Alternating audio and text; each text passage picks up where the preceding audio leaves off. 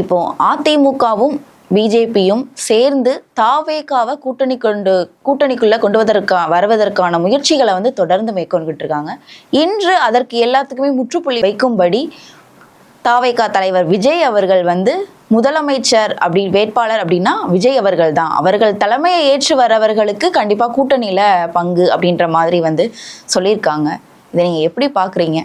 முதல்ல தமிழகத்தில் தமிழகத்தில் இருக்கிற கட்சிகளில் மிகப்பெரிய கட்சிங்கிறது அனைத்து இந்திய அண்ணா திராவிட முன்னேற்றக் கழகம்.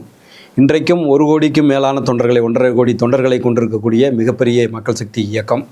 மக்களோடு மக்களாக கடந்த 50 ஆண்டுகளாக, குறிப்பாக 34 ஆண்டுகள் ஆட்சி கட்டிலில் இருந்து தமிழகத்தில் இருக்கிற விளிம்பு நிலை மக்களின் உயர்வுக்காக பாடுபட்ட இயக்கம்.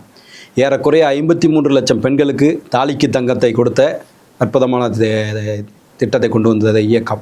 அதே போல் விஞ்ஞானபூர்வமாக மாணவர்கள் கல்வி பயில்வதற்காக விலையில்லா மடிக்கணினிகளை கொடுத்த திட்டம். இப்படி ஆயிரக்கணக்கான திட்டங்களை சொல்ல முடியும். என்றைக்கும் கூட்டணி கட்சிக்காக அனைத்து இந்திய அண்ணா திராவிட முன்னேற்றக் கழகம் ஏங்கி தவித்த வரலாறு கிடையாது.